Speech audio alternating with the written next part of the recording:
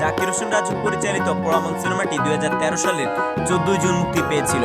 এই সিনেমার সফলতার কারণে চলতি বছর পোড়ামন 2 নির্মাণের ঘোষণা দেয় জাজ মাল্টিমিডিয়া। নতুন বছরে মুক্তি পেতে যাচ্ছে বহুল আলোচিত ও ব্যবসা সফল ছবি পোড়ামন ছবির সিকুয়েল পোড়ামন 2। জাকির হোসেন রাজুর পরিচালনায় পোড়ামন চলচ্চিত্রটি মুক্তি পেয়েছিল 2013 সালের 14 জুন। 4 বছর পর তরুণ নির্মাতা রায়হান রাফির নির্মাণে আসছে পোড়ামন 2। বুধবার প্রকাশিত হলো চলচ্চিত্রটির ফার্স্ট লুক পোস্টার। বোরকা পরা অসংখ্য নারীর ভিড়ে দাঁড়িয়ে আছেন এই প্রথম বড় পর্দায় পারাখা সিয়াম। তার সামনেই নবাগত পূজা চেরিকে দেখা যাচ্ছে নতুন লুকে। এমন দৃশ্যই দেখা গেল চলচ্চিত্রটির প্রথম পোস্টারে। তবে কি মুসলিম সেন্টিমেন্ট মেশানো কোনো ছবি পোড়ামন 2? নির্মাতা রাফির উত্তর, তেমন কিছু নয়, তবে এখনই বলতে চাই না কেমন।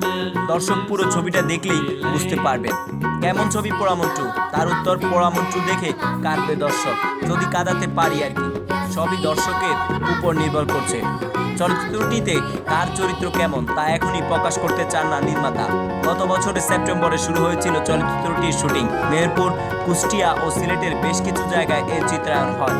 বর্তমানে ভারতে চলছে এর সম্পাদনা। শীঘ্রই প্রযোজক প্রতিষ্ঠান জাজ মাল্টিমিডিয়া পোড়ামন 2 মুক্তির তারিখ ঘোষণা করবে, জানালেন নির্মাতা।